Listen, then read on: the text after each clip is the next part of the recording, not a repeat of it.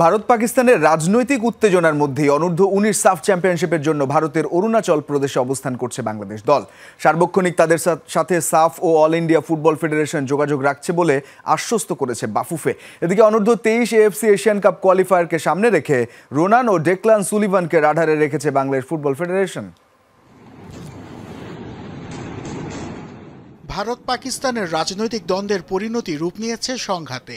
থমথমে অবস্থা বিরাজ করছে দুই দেশে, যার প্রভাব পড়তে পারে ক্রীড়াঙ্গনেও। এর মাঝেই অনূর্ধ্ব-19 চ্যাম্পিয়নশিপ খেলতে ভারতে অবস্থান করছে বাংলাদেশ দল। স্বাভাবিকভাবেই উদ্বেগের প্রশ্ন উঠছে তাদের নিরাপত্তা নিয়ে।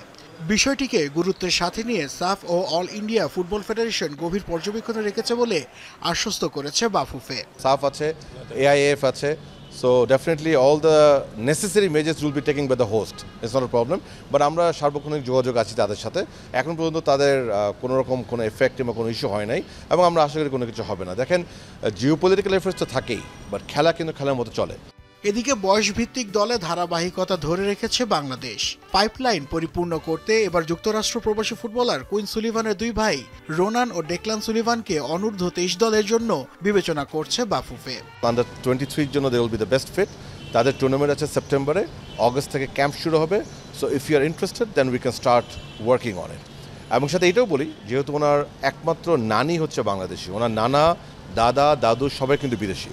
সো আমি এটাও বলেছি যে হয়তো বা এখানে একটু সময় সাপেক্ষ ব্যাপার আছে, কিছুটা চ্যালেঞ্জ আছে ফিফা এন্ডে। যমজ দুই ভাই সুলিভান ব্রাদার্সকে লাল সবুজে দলে পেতে তার পরিবারের সাথে যোগাযোগ রাখছে ফেডারেশন। নাসিফ শুভ, যমুনা স্পোর্টস, ঢাকা।